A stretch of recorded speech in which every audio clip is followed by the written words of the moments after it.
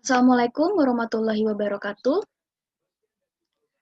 Kami dari kelompok 4, hari ini kami akan mempresentasikan hasil diskusi kami terkait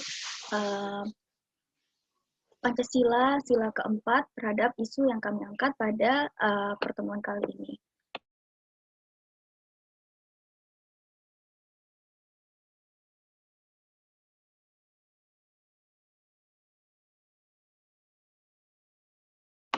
Apakah bisa terlihat, teman-teman?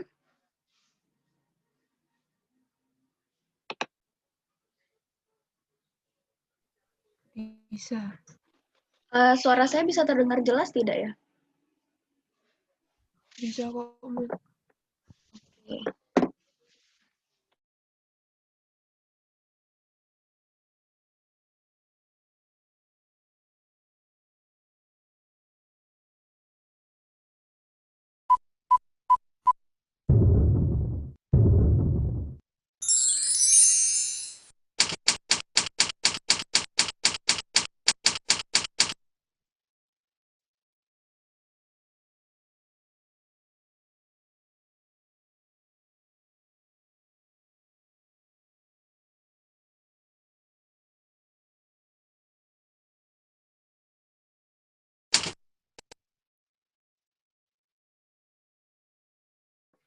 Ini adalah nama-nama dari kelompok kami.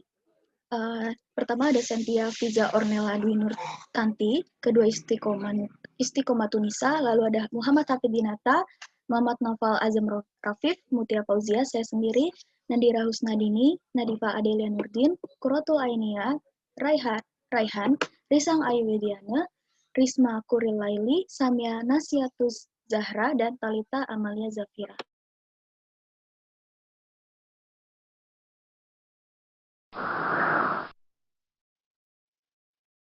Baik, sebelum memulai presentasi ini, kami akan menampilkan cuplikan berita yang mendukung dari presentasi kami kali ini.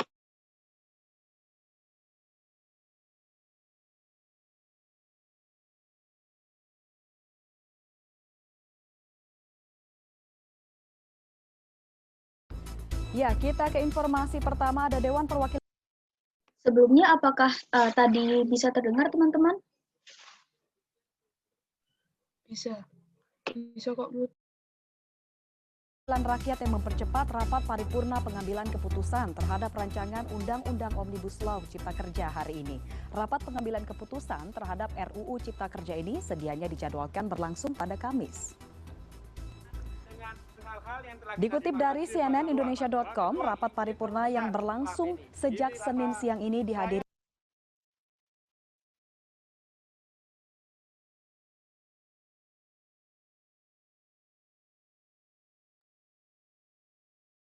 oleh 318 dari 575 anggota Dewan. RUU Cipta Kerja merupakan pemangkasan sejumlah undang-undang secara besar-besaran dengan tujuan menyederhanakan perizinan dan juga investasi. Namun RUU Cipta Kerja ini menuai polemik karena dinilai merugikan kalangan pekerja. Sebelumnya pada Sabtu malam DPR menyetujui RUU Cipta Kerja untuk disahkan pada rapat paripurna. Suara penolakan datang dari Partai Demokrat dan PKS. Tidak, lanjut. Kami persilakan kepada pemerintah. Tolong Pak Ketua. Baik, terima kasih Bapak Ibu sekalian. Telah kita ketahui bersama bahwa pandangan-pandangan fraksi 6 menyatakan setuju secara bulat, 1 menerima dengan catatan fraksi PAN, 2 menyatakan menolak. Sehingga berdasarkan mekanisme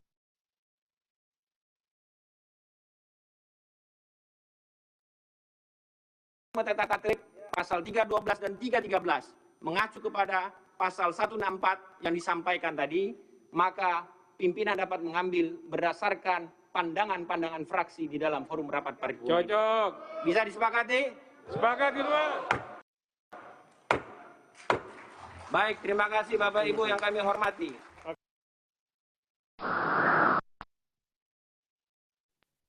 Jadi ini topik kami pada pertemuan kali ini, yaitu isu kontekstual terkait dengan kerakyatan yang dipimpin oleh hikmat kebijaksanaan dalam permusyawaratan perwakilan. Dalam hal ini kami mengambil isu yaitu terkait UU Cipta Kerja.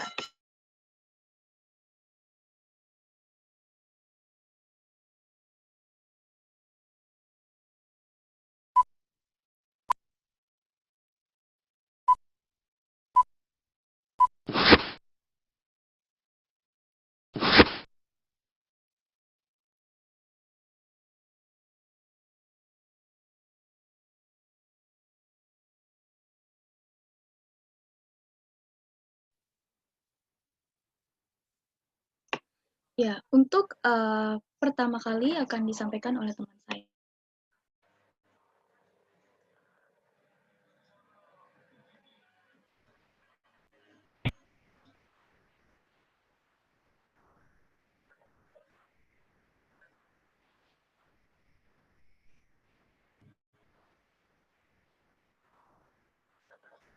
Ya, jadi apa sih Omnibus Law?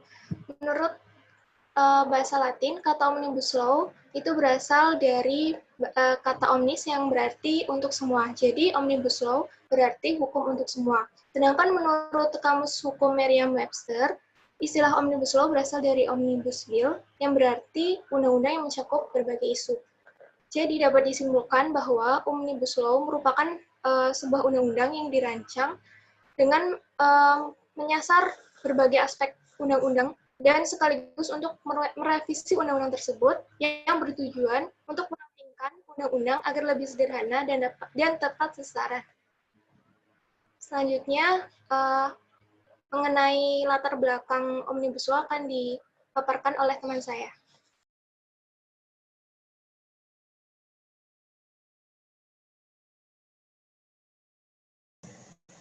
Selanjutnya saya akan menjelaskan tentang latar belakang. Latar belakang dibentuknya Omnibus Law itu karena ada banyaknya tumpang tindih regulasi yang berdampak pada akibat terhambatnya implementasi program pembangunan dan memburuknya sistem iklim investasi di Indonesia. Jadi program percepatan pembangunan dan peningkatan kesejahteraan masyarakat itu sulit tercapai. Lalu tidak sedikit menimbulkan konflik kebijakan atau kewenangan antara satu kementerian atau lembaga dengan kementerian atau lembaga yang lainnya, dan juga antara pemerintah pusat dengan pemerintah daerah. Jadi untuk menyederhanakannya, dilakukan penyeragaman regulasi secara cepat melalui Omnibus Law.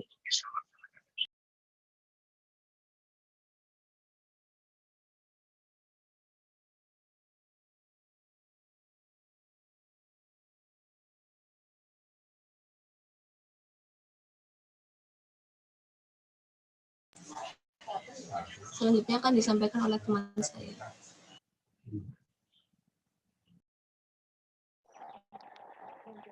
Dalam RUU Cipta Kerja merevisi beberapa pasal dalam Undang-Undang Nomor 13 Tahun 2003 tentang 3 hal, yaitu ketenagakerjaan yang meliputi gaji dan waktu kerja, pekerja asing di Indonesia, dan pemecatan pekerja.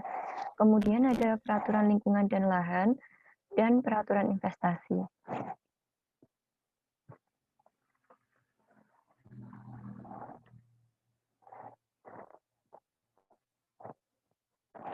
Selanjutnya yaitu Omnibus Law tentang Cipta Lapangan Kerja dan perpajakan. Klaster-klasternya akan disampaikan oleh teman.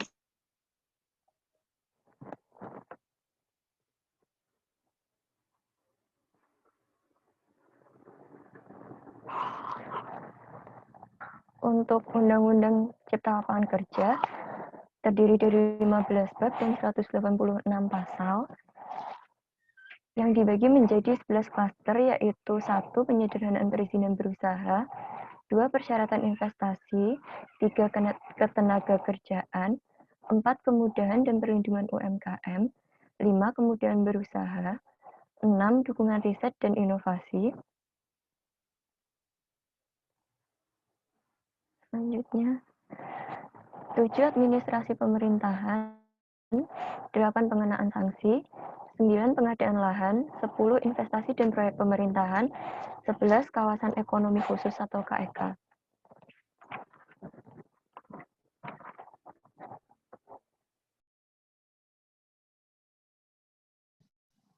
Selanjutnya ada Omnibus Law tentang perpajakan. Di dalam RUU Omnibus Law tentang perpajakan ini dapat 6 klaster atau lingkup yang menjadi prioritas. Yang pertama ada pendanaan investasi. Klaster pertama ini menjelaskan tentang cara meningkatkan investasi melalui penurunan tarif pajak atau pajak penghasilan, badan, dan PPh bunga. Untuk yang kedua ada sistem teritori. Pada klaster kedua ini bagaimana penghasilan dividen luar negeri akan dibebaskan pajak asal diinvestasikan di Indonesia. Untuk warga negara asing, WNA, yang merupakan subjek pajak dalam negeri, kewajiban perpajakannya khusus untuk mendapatkannya di dalam negeri. Untuk yang ketiga, ada subjek pajak orang pribadi. Klaster ketiga ini mengenai subjek pajak orang pribadi, membedakan antara WNA, warga negara Indonesia, dan WNI. WNA, warga negara asing, dan WNI, warga negara Indonesia. Orang Indonesia yang tinggal di luar negeri sekitar 183 hari, mereka bisa berubah menjadi subjek pajak luar negeri. Jadi mereka tidak harus membayar pajaknya di Indonesia.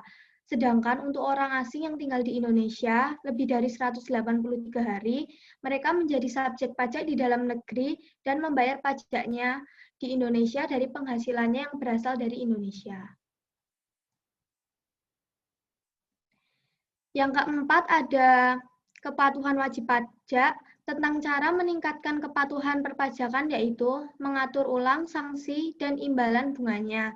Sanksi perpajakan ini jika telat bayar, kurang bayar, ataupun mereka melakukan pelanggaran, maka sanksinya adalah dinaikkan bunganya sekitar 2% sampai dengan 24 bulan, sehingga suku bulan bisa mencapai 48%. Selanjutnya ada klaster kelima tentang keadilan iklim berusaha. Untuk ekonomi digital, yaitu pemajakan transaksi elektronik yang dibuat sama dengan pajak biasa. Ini termasuk penunjukan platform digital untuk pemungutan PPN dan mereka yang tidak memiliki badan usaha tetap. Akan tetapi bisa dipungut pajaknya. Hal ini terutama untuk merespon perusahaan-perusahaan digital yang tidak ada di Indonesia, namun dia mendapatkan income dari Indonesia seperti Netflix, Spotify, dan Amazon. Untuk yang terakhir, klaster 6, itu ada fasilitas. Ini maksudnya tuh insentif-insentif pajak seperti tax holiday, super deduction, tax allowance, kawasan ekonomi khusus atau KEK, PPh untuk surat berharga, dan intensif pajak daerah dari Pemda.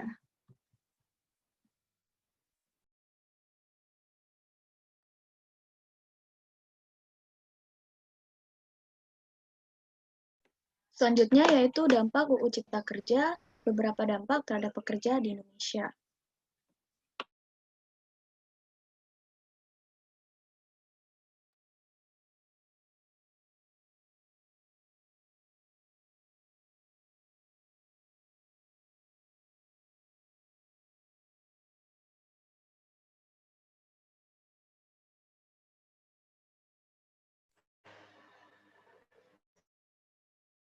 Ya, yang pertama yaitu terancam tidak menerima pesangon.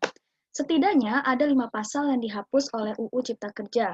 Hal ini yang berimbas terhadap pekerja yang terancam tidak menerima pesangon ketika mengundurkan diri atau mengalami PHK atau meninggal dunia. Nah, pasal-pasal tersebut yaitu pertama ada pasal 81.51 UU Cipta Kerja yang menghapus ketentuan pasal 162 UU Ketenagakerjaan. Nah, yang berisi aturan penggantian uang pesangon bagi pekerja yang mengundurkan diri. Lalu pasal 81.52 UU Cipta Kerja yang menghapus pasal 163 di UU Ketenagakerjaan itu tentang dengan pemberian uang pesangon apabila menjadi PHK akibat perubahan status penggabungan, pelemburan perubahan kepemilikan perusahaan. Lalu ada pasal 81.53 UU Cipta Kerja yang menghapus pasal 164 UU Ketenagakerjaan yang mengatur pemberian uang pesangon apabila terjadi PHK akibat perusahaan mengalami kerugian secara terus-menerus selama 2 tahun atau keadaan memaksa, force majeure. Lalu yang keempat yaitu ada pasal 81.54 UU Cipta Kerja yang menghapus ketentuan pasal 165 UU Ketenagakerjaan. Nah, pasal ini tuh menghapus tentang pemberian uang pesangon apabila terjadi PHK karena perusahaan pelit. Lalu ada pasal 81. Sebelumnya apakah suara saya masih bisa terdengar?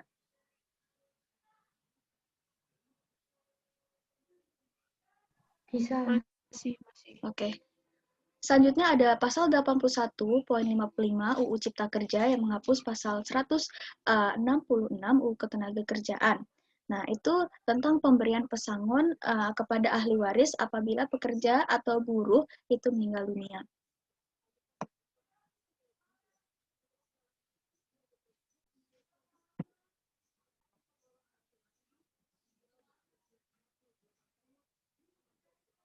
Selain itu, hak memohon PHK juga dihapus.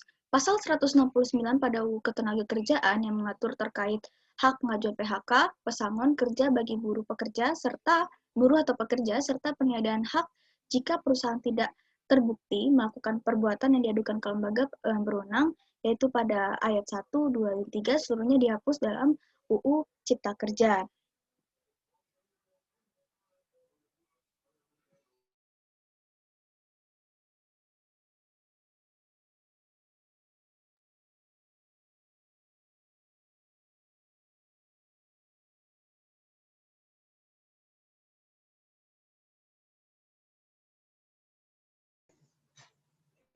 Baik, dampak UU Cipta Kerja bagi pekerjaan di Indonesia. Yang kedua adalah TKA lebih mudah masuk ke RI. UU Cipta Kerja mempermudah masuknya tenaga kerja asing atau TKA ke Indonesia, yaitu melalui pasal 81 poin 4 hingga 11 UU Cipta Kerja yang mengubah dan menghapus sejumlah aturan tentang pekerjaan asing yang tertuang dalam UU Nomor 13 Tahun 2003 tentang Ketenagakerjaan. Sebagai contohnya, UU Cipta Kerja menghapus kewajiban izin tertulis bagi pengusaha yang ingin memperkerjakan TKA. Sekarang diganti dengan setiap pemberi kerja yang memperkerjakan tenaga asing wajib memiliki rencana penggunaan tenaga kerja asing yang disahkan oleh pemerintah pusat. Itu artinya pengusaha hanya diwajibkan memiliki rencana penggunaan TKA saja. Kemudian, contoh lainnya adalah pemerintah memperluas pengecualian kewajiban rencana penggunaan TKA. Jika sebelumnya pengecualian kewajiban rencana penggunaan TKA hanya sebagai pegawai dan diplomatik saja, namun sekarang pemerintah melonggarkan pengecualian itu menjadi 3 pihak, yaitu ada direksi, kemudian pegawai diplomatik, dan kunjungan bisnis. Kemudian contoh yang ketiga adalah pemerintah mengganti bunyi pasal poin 42 UU Cipta Ketenagakerjaan yang mengatur batasan waktu kerja TKA di Indonesia. Jika sebelumnya ketentuan mengenai waktu kerja TKA di Indonesia diatur dengan peraturan pemerintah, sekarang diubah menjadi TKA yang masa kerjanya habis dan tidak dapat diperpanjang lagi, dapat digantikan oleh tenaga kerja asing lainnya. Jadi, jika TKA banyak masuk ke Indonesia, tentunya juga menyebabkan peluang pekerjaan bagi warga negara Indonesia itu semakin sempit, dan ini sangatlah merugikan. Next.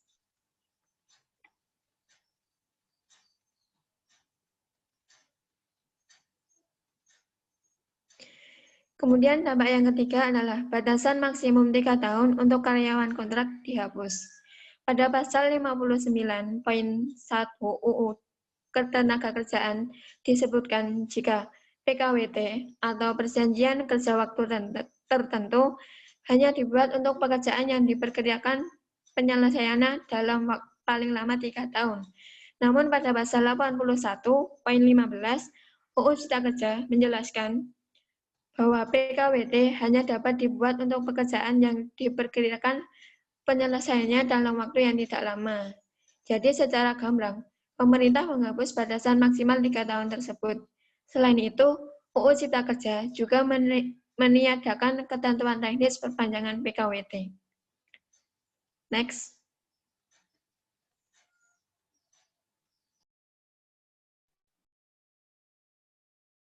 Baik, pembahasan dampak selanjutnya yaitu jam lembur pegawai atau buruh bertambah. Sebelumnya di pasal 78 Undang-Undang Ketenagakerjaan tahun 2003 ayat 1B itu dinyatakan bahwa waktu kerja lembur hanya dilakukan paling banyak 3 jam dalam sehari dan 14 jam dalam seminggu. Sedangkan di Undang-Undang Cipta Kerja yang baru ini, itu terdapat perubahan ke-22 pasal 78 ayat 1B, dijelaskan bahwa waktu kerja lembur dilakukan paling banyak 4 jam dalam sehari dan 18 jam dalam seminggu.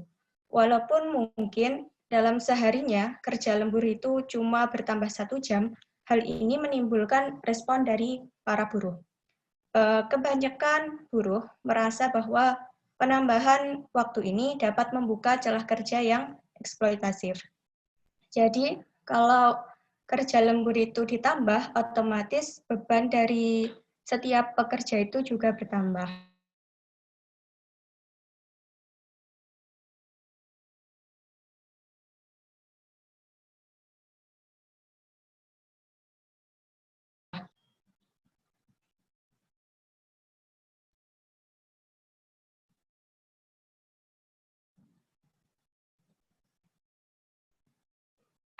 Berikutnya, dampak terakhir dari adanya Undang-Undang Cipta Kerja yang baru ini, yaitu cuti panjang dihapuskan.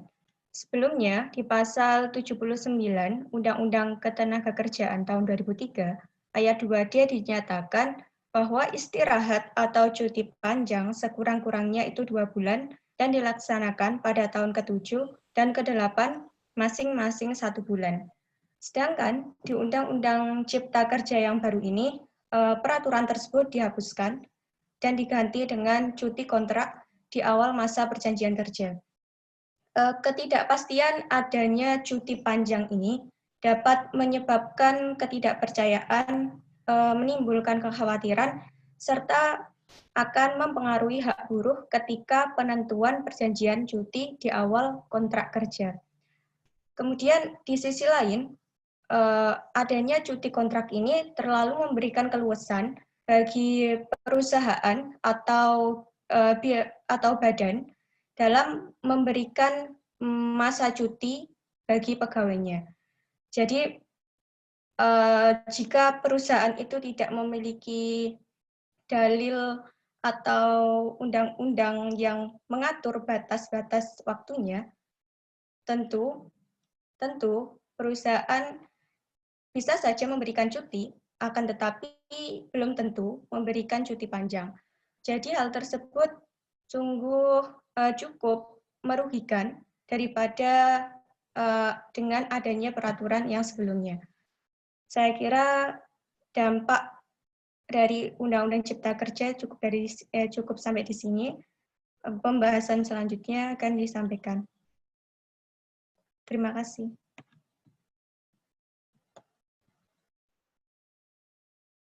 Selanjutnya yaitu kontra atau konflik UU Cipta Kerja pada berbagai aspek ya, Enca.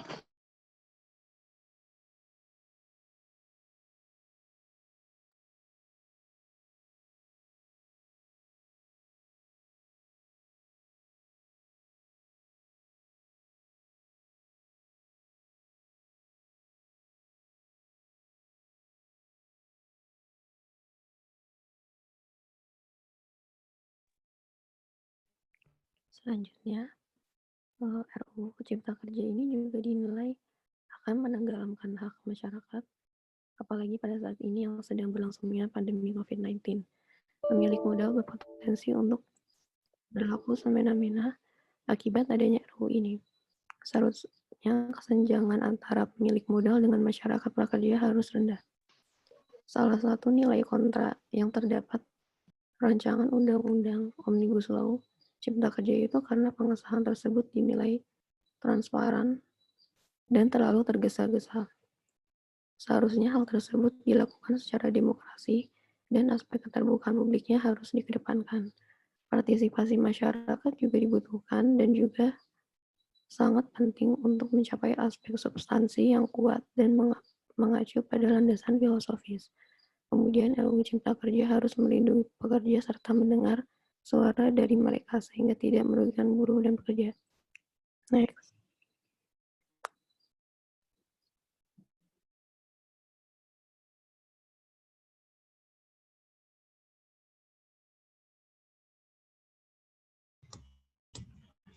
Kemudian ada pasal-pasal bermasalah di RUU Cipta Kerja. Yang pertama itu di bidang ketenaga kerjaan.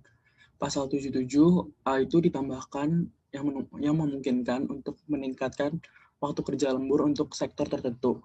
Pengusaha dapat memberlakukan waktu kerja yang melebihi ketentuan sebagaimana dimaksud dalam pasal 77 ayat 2.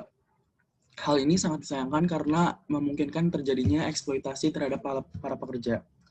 Kemudian ada pasal 88C, yaitu RUU Cipta Kerja juga menambahkan menghapus upah minimum kabupaten atau UMK. Jadi karena biaya hidup di setiap daerah tuh pada beda-beda, jadi nggak mungkin bisa disamain satu sama lain.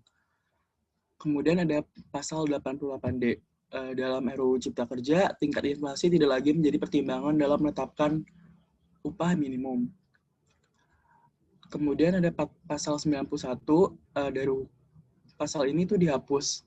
Pasal ini memuat tentang kewajiban pengusaha untuk membayar upah pekerja dengan gaji yang sesuai dengan standar upah minimum dalam peraturan perundang-undangan. Karena pasal ini dihapus, jadi secara tidak langsung para pengusaha tuh bisa melakukan sewenang-wenang dan memberikan upah yang tidak sesuai kepada para pekerja. Kemudian ada pasal 93 ayat 2. Dia tuh mengubah ketentuan cuti yang tertuang dalam pasal 93 ayat 2 seperti yang dijelaskan oleh teman saya tadi. Selanjutnya.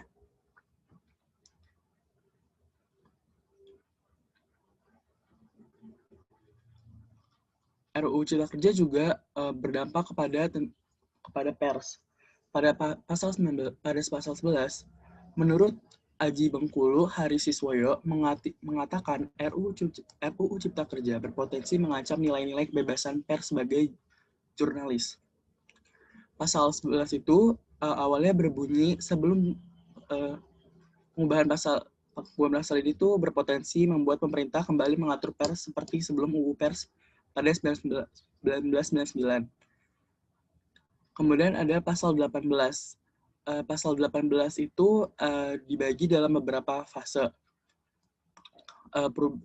Poin pertama itu setiap orang yang secara langsung melawan hukum dengan sengaja melakukan tindakan yang berakibat menghambat atau menghalangi pelaksanaan ketentuan pasal 4 ayat 2 dan ayat 3 dipidana dengan pidana penjara paling lama 2 tahun atau denda paling banyak 500 juta. Terus poin kedua adalah perusahaan pers yang melanggar ketentuan pasal 5 ayat 1 dan ayat 2 serta pasal 13 dipidana dengan pidana denda paling banyak 500 juta. Berubah menjadi pers yang melanggar ketentuan pasal 5 ayat 1 dan ayat 2 serta pasal 13 dapat dipidana dengan denda paling banyak 2 miliar. Poin ketiga, perusahaan pers melanggar ketentuan pasal 9 ayat 2 dan pasal 12 itu akan dikenakan sanksi administratif. Nah, RUU Cipta Kerja juga berdampak dalam sektor pendidikan. Untuk pasal 51 ayat 1, pengelolaan satuan pendidikan formal dilakukan oleh pemerintah pusat, pemerintah daerah, dan atau masyarakat. Yang kedua ada pasal 62 ayat 1, syarat untuk memperoleh perizinan berusaha meliputi isi pendidikan, jumlah, dan kualifikasi pendidik dan tenaga pendidikan, sarana dan prasarana pendidikan, pembiayaan pendidikan, sistem evaluasi dan sertifikasi, serta manajemen dan proses pendidikan. Kemudian ada pasal 71. Penyelenggaraan satuan pendidikan yang didirikan tanpa perizinan berusaha dari pemerintah pusat sebagaimana dimaksud dalam pasal 62 ayat 1 dipidana dengan pidana penjara paling lama 10 tahun atau denda paling banyak 1 miliar.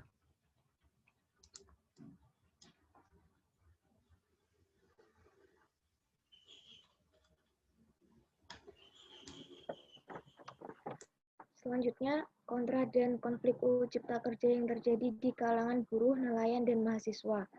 Para buruh menilai bahwa pengesahan UU Cipta Kerja dilakukan secara tergesa-gesa, dan mereka menganggap bahwa RUU tersebut akan menyengsarakan mereka. Selanjutnya ada konflik yang bisa terjadi antara nelayan kecil dan nelayan besar karena ada penghapusan ukuran kapal sebagai indikator definisi nelayan kecil yang akan menciptakan persaingan tidak adil. Adanya perubahan definisi nelayan kecil ini mengakibatkan tidak adanya lagi pembatasan ukuran kapal. Padahal definisi yang tidak jelas ini membuat nelayan-nelayan yang sekarang tidak tergolong sebagai nelayan kecil nantinya bisa mencuri keuntungan yang awalnya menjadi hak nelayan kecil, seperti subsidi nelayan kecil dan area tangkap dekat pantai. Selanjutnya di kalangan mahasiswa ada para mahasiswa di berbagai daerah mengadakan demo, salah satunya demo mahasiswa di Yogyakarta yang mengajukan 7 poin tuntutan. Mereka menggelar aksi jalan kaki dari Bundaran UGM menuju Pertigaan Gejayan. Sambil berorasi, mereka membawa poster serta spanduk berisi tuntutan menolak RUU Omnibus Law atau Cipta Kerja.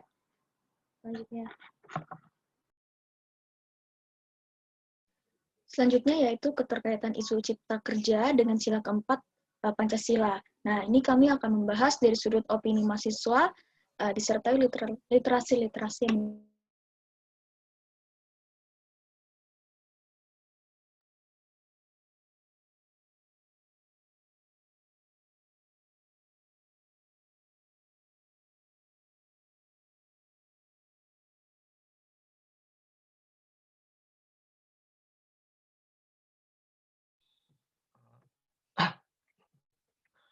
Sebelumnya apa suara saya bisa terdengar? Bisa. Oh, ya. Jadi bunyi sila keempat adalah kerakyatan yang dipimpin oleh hikmat kebijaksanaan dalam permusyawaratan perwakilan. Nah, makna dari Pancasila sila keempat yaitu mengutamakan kepentingan negara dan masyarakat, melakukan musyawarah sebelum menghasilkan keputusan pemerintah dari, oleh, dan untuk rakyat. Rapat UU Ciptaker yang diakui berjumlah 64 kali, sebagian besar dilakukan secara tertutup, tidak mengundang partisipasi dan bermusyawarah.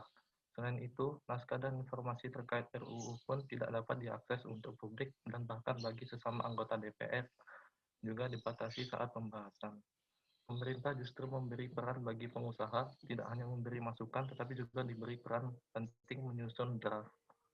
Artinya, sekelompok orang dari unsur luar pemerintah seperti partai, pengusaha, dan konglomerat sangat berperan membentuk UU ini. Sebaliknya, buruh, pakar, dan akademisi dihambat berpartisipasi.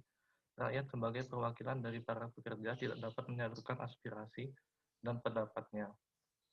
Jadi semua hal tersebut tidak sejalan dengan prinsip sila keempat Pancasila, yaitu adanya penerimaan dari rakyat oleh rakyat dan untuk rakyat dengan musyawarah dan mufakat melalui lembaga-lembaga perwakilan. Selanjutnya akan dijelaskan oleh teman saya.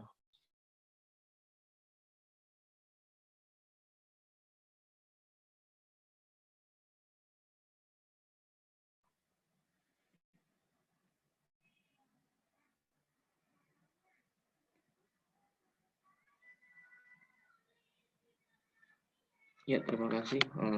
Untuk selanjutnya saya akan menyampaikan. Yang pertama yaitu tentang pengambilan putusan terburu-buru. Sebelum adanya kata mufakat. Di media sosial itu terdapat cuplikan video ketika salah seorang atau DPR yang ingin mengutarakan pendapatnya, malah mic-nya di-mute oleh salah satu pimpinan DPR.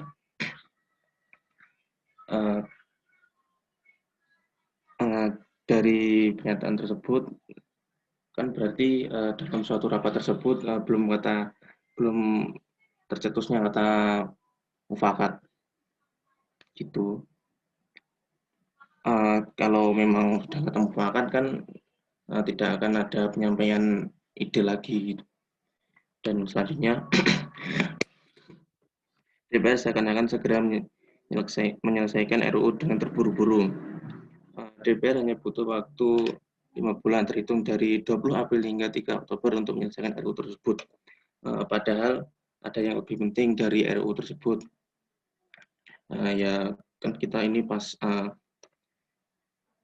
kita pada pandemi COVID ini kan lebih baik kita membicarakan tentang COVID, bagaimana cara keluar dari COVID ini, tapi DPR malah membahas tentang RUU tersebut. Dan untuk selanjutnya ada beberapa poin Omnibus Law Cipta Kerja kontroversial yang melenceng jauh dari kata kerakyatan. Itu untuk yang pertama, penghapusan upah minimum. Upah minimum kabupaten atau kota kan dibuat bersyarat dengan memperhatikan laju inflasi pertumbuhan ekonomis. Sementara itu, upah minimum sektoral kabupaten kota UMSK dihapus dalam UU Cipta Kerja. Dan yang kedua ada pesangon berkurang. Buruh juga menolak pengurangan nilai pesangon dari 32 kali upah jadi 25 kali. Jadi pesangon mereka itu dikurangi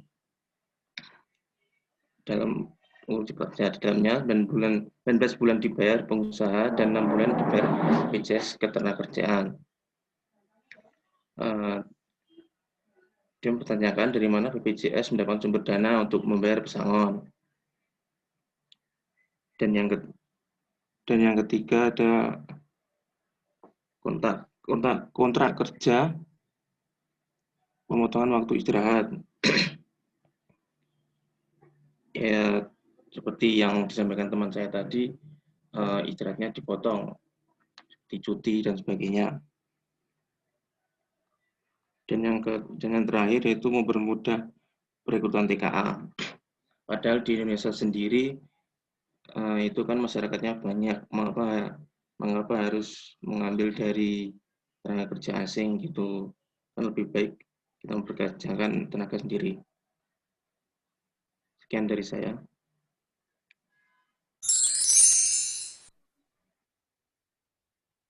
Baik teman-teman, sekian presentasi dari kelompok kami. Setelah ini kami akan menampilkan video juga yang terkait dengan presentasi kelompok kami.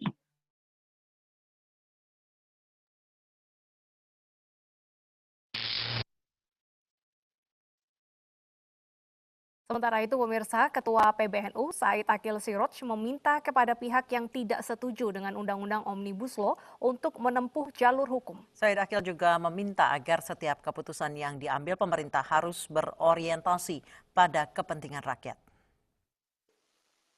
Bagi semua pihak yang masih belum menerima Undang-Undang Cipta Kerja ini, ada saluran yang konstitusional, yaitu menggugat melalui Mahkamah Konstitusi.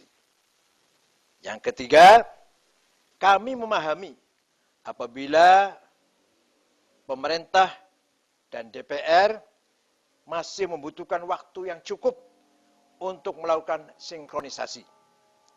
Mengingat Undang-Undang Cipta Kerja ini meliputi 76 undang-undang, hampir 1000 halaman. Kami berpendapat silakan pemerintah, DPR melakukan sinkronisasi sehingga undang-undang ini baik diterima oleh masyarakat. Akhirnya ada sebuah kaidah fikih yang selalu menjadi pedoman Nahdlatul Ulama, yaitu tasarruful imam 'ala ar-ra'iyah manutun bil maslahah. Seluruh kebijakan pemerintah harus berorientasi pada kemaslahatan rakyat, kepentingan rakyat, tidak boleh hanya untuk kepentingan kelompok tertentu. Syukron.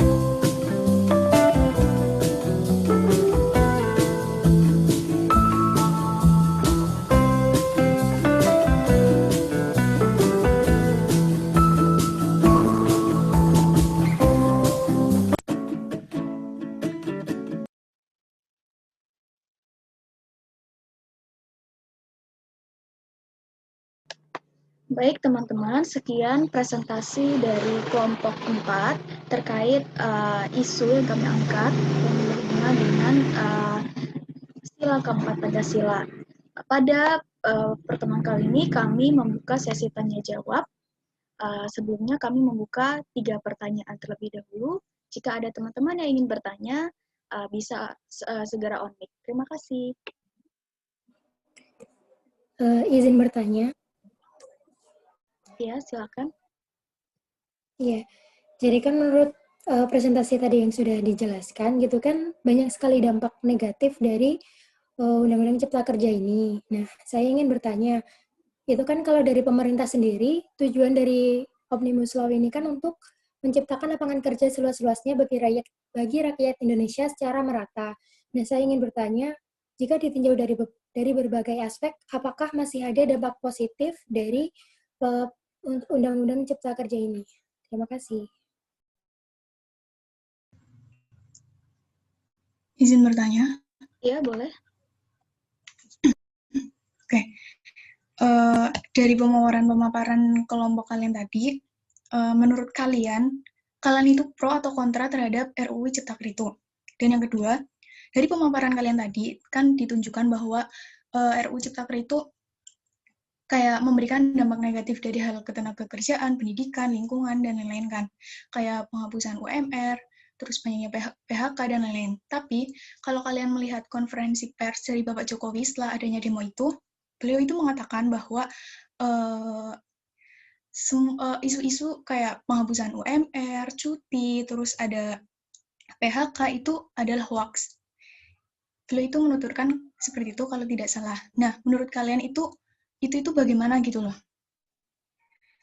Dan terakhir, menurut kalian itu seberapa pentingkah peran mahasiswa dalam penetapan RUU itu? Dari yang kita ketahui bahwa banyak kalangan bawah, kalangan menengah yang belum tahu apa itu RUU Ciptaker. Di lingkungan saya sendiri itu bahkan nggak ada yang tahu bahwa negara Indonesia itu sedang tidak baik-baik aja. Nah, untuk itu seberapa pentingkah peran mahasiswa dalam penetapan RUU itu? Terima kasih. Apakah masih ada yang ingin bertanya? Kami masih membuka 1 pertanyaan lagi sebelum nanti akan didiskusikan oleh kelompok kami.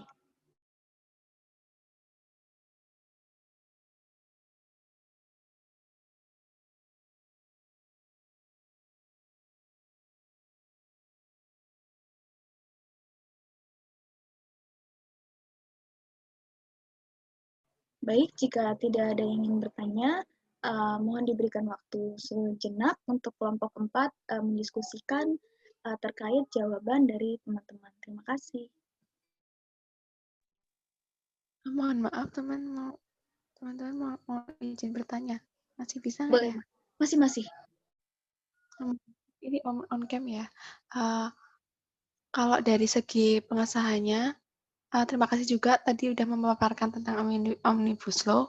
Kalau mau bertanya, kalau dari segi pemaparannya sendiri, cara pengesahan dari proses pembuatannya itu sebenarnya ada yang keliru nggak ya teman-teman? Karena dari kemarin kan banyak dibilang mungkin terkesan sembunyi-sembunyi ataupun dari kok ini mengesahkannya malam hari atau seperti apa, banyak hal-hal yang mungkin menimbulkan kecurigaan dari kalangan masyarakat yang kemungkinan nggak tahu sebenarnya proses pembuatan undang-undang tuh selayaknya seperti apa, terus yang bertanggung jawab tuh sebenarnya DPR ataupun atau presiden, karena dari kemarin banyak yang lempar satu sama lain, apakah DPR yang harus bertanggung jawab atau presiden juga. Kemudian kalau sudah ditetapkan seperti itu, yang harus dilakukan masyarakat itu apa? Maksudnya untuk agar undang-undang tersebut sebisa mungkin tidak dilaksanakan. Soalnya kemarin banyak demo juga sepertinya tidak ada feedback yang bagus dari pemerintah ya. Sekian sih pertanyaan dari saya. Terima kasih jawabannya. Baik, kami akan mendiskusikan sejenak. Terima kasih atas 3 pertanyaan dari teman-teman.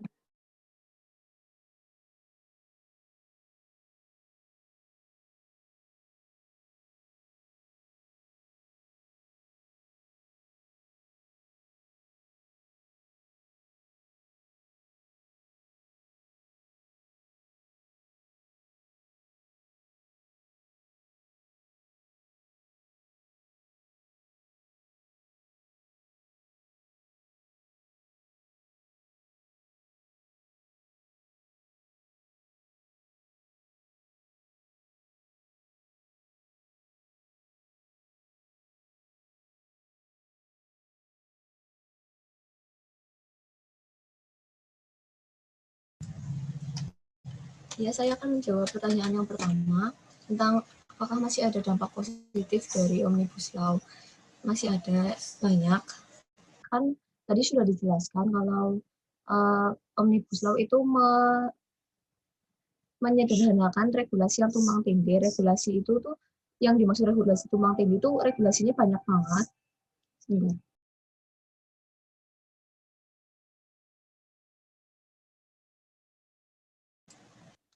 Baik, Yang apakah dimaksud sudah menjawab? regulasi Boleh dilanjutkan. Kirain sudah selesai. Terima kasih. ya. Nah, regulasi tumpang tindih itu antara Pemda dengan pusat itu tumpang tindih karena banyaknya peraturan, jadi kurang sederhana. Jadi dibuat Omnibus Law. Nah, dampak positifnya itu perizinan investasi menjadi lebih cepat, lebih sederhana. Terus pungutan liar dan korupsi dipotong dengan cara mengintegrasikan proses perizinan ke dalam sistem OSS atau Online Single Submission. Terus yang ketiga, kegiatan investasi dipermudah. Terus yang keempat, kegiatan investasi di kawasan ekonomi khususnya kawasan perdagangan bebas dan pelabuhan bebas itu dipermudah. Investasi kan kalau kita tahu memberikan dampak positif ke kita. Terus yang kelima, dibentuknya lembaga Sovereign Wealth Fund yang berfungsi mengelola dan menempatkan sejumlah dana dan atau aset negara serta melakukan kerjasama dengan pihak ketiga. Apakah sudah menjawab? Ya sudah, terima kasih.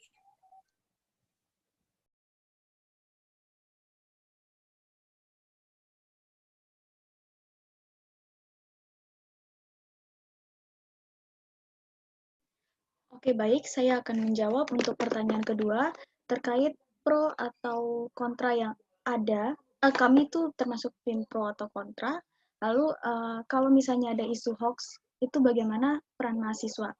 Nah, kalau di sini kami, kalau dilihat dari PowerPoint kami terlihat kontra ya, tapi sebenarnya tidak serta-merta kontra, karena pasti masih ada dampak-dampak positif, di mana kami di sini hanya menjelaskan dari sisi-sisi yang mungkin berhubungan dengan sila keempat, di mana sila keempat ini tidak diterapkan dengan benar.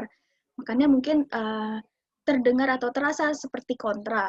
Nah, itu untuk dari kelompok kami. Jadi ya kami bisa pro bisa kontra bergantung dengan isi dari UU tersebut dan bagaimana manfaatnya terhadap masyarakat itu sendiri. Lalu bagaimana untuk menanggapi isu-isu hoax dan bagaimana sih peran mahasiswa untuk menanggapi tersebut.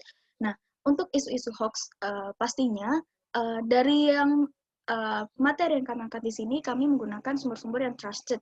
Dan kami juga mengulas beberapa pasal-pasal yang mungkin dari pasal-pasal tersebut merugikan masyarakat, tapi ada juga sisi yang tidak merugikannya. Jadi tidak semua, tadi seperti yang tadi disampaikan, kalau yang mengenai ada beberapa yang saya tangkap ya, itu dari PPT kami mungkin terdengar hoax atau bagaimana, tapi kami mendapatkan itu dari sumber yang trusted, dan juga kami mengulas dari pasal-pasalnya. Lalu peran mahasiswa bagaimana untuk menanggapi isu hoax itu? Peran mahasiswa jelas pertama harus memperhatikan lagi dari mana sumber hoax itu. Kalau hanya dari media sosial seperti Instagram, Twitter, Facebook, WhatsApp atau yang lainnya, pastinya tidak harus bukan tidak harus lagi ya, memang tidak boleh langsung dipercaya gitu tentang isu-isu tersebut. Jadi sebagai mahasiswa kita punya pengetahuan akan literatur, akan literasi. Jadi kita harus banyak-banyak membaca dan mencari sumber-sumber yang lebih trusted. Nah, kalau kita juga bisa menyimak berita-berita yang ada di televisi. Nah, tapi kembali lagi ke diri mahasiswa itu sendiri, bagaimana menyikapi berita tersebut.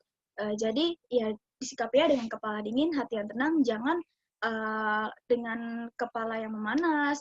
Nah, sehingga mungkin yang nadanya atau yang penyampaiannya itu hanya secara general, kita justru mengartikannya sebaliknya. Nah, itu pertama literasi. Kedua, jangan menyebarkan begitu saja berita-berita itu. Jadi sering dijumpai seperti di Instagram, Facebook, Twitter, atau WhatsApp, itu banyak sekali misalnya di grup-grup orang tua atau grup-grup lain, itu langsung disampaikan saja gitu berita dari satu pihak ke pihak lain. Bisa saja itu pihak ya itu hanya untuk memprovokasi, memecah belah bangsa Indonesia. Jadi jangan langsung disampaikan gitu. Jadi kita balik lagi ke poin pertama, literasi lagi. Dan kalau misalnya kita sebagai mahasiswa yang berpendidikan, kita memiliki pengetahuan, kita harus bisa istilahnya tuh kita harus bisa menjadi penjaga nih, penjaga dari lingkungan sekitar kita supaya nggak termakan isu hoax. Kalau menurut saya seperti itu, apakah bisa menjawab?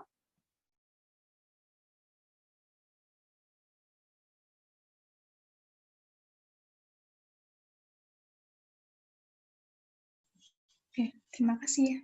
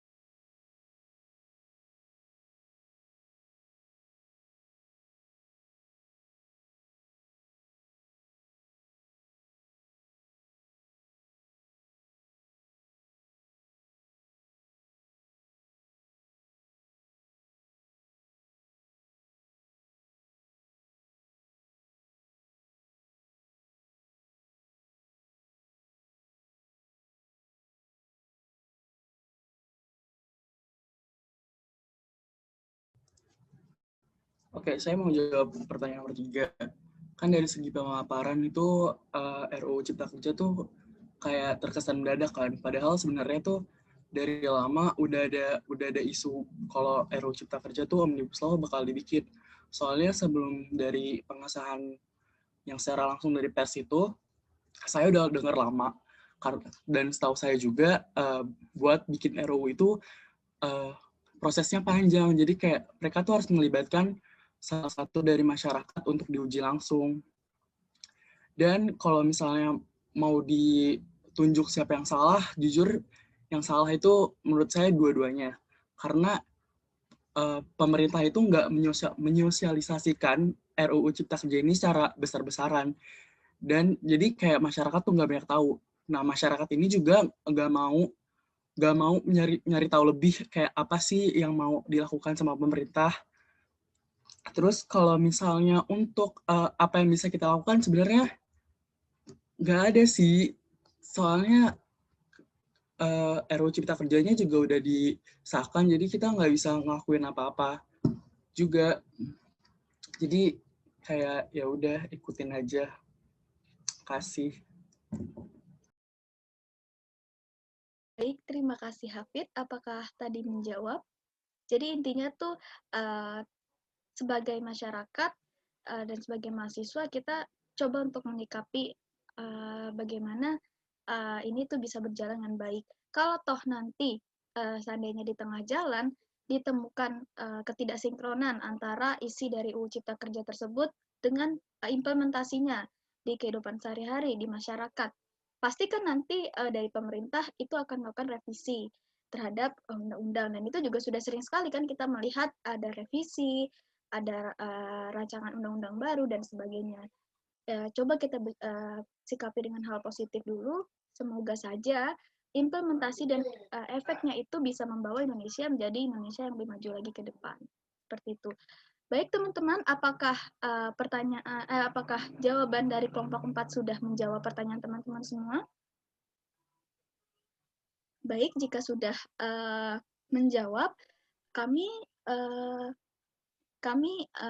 akhiri presentasi kali ini beserta tanya jawabnya tadi. Terima kasih untuk teman-teman yang sudah menyimak presentasi dari kelompok kami.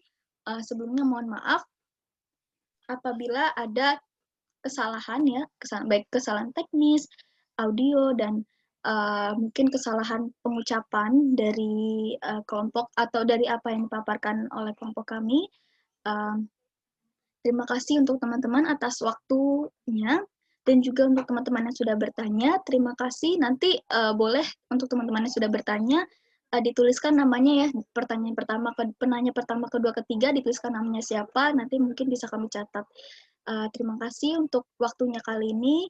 Wassalamualaikum warahmatullahi wabarakatuh. Mungkin untuk ketua kelas bisa screenshot kalau belum. Terima kasih.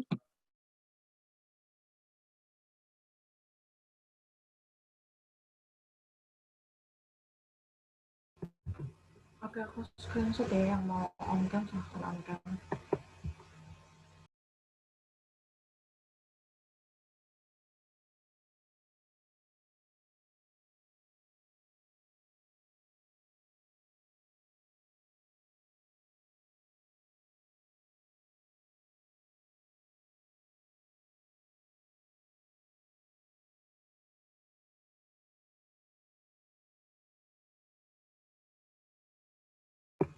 Udah, mungkin hostnya bisa diakhiri ya. Terima kasih Dianova, terima kasih teman-teman semua. Kenapa? Ada yang ingin menyampaikan pendapat mungkin? Bentar.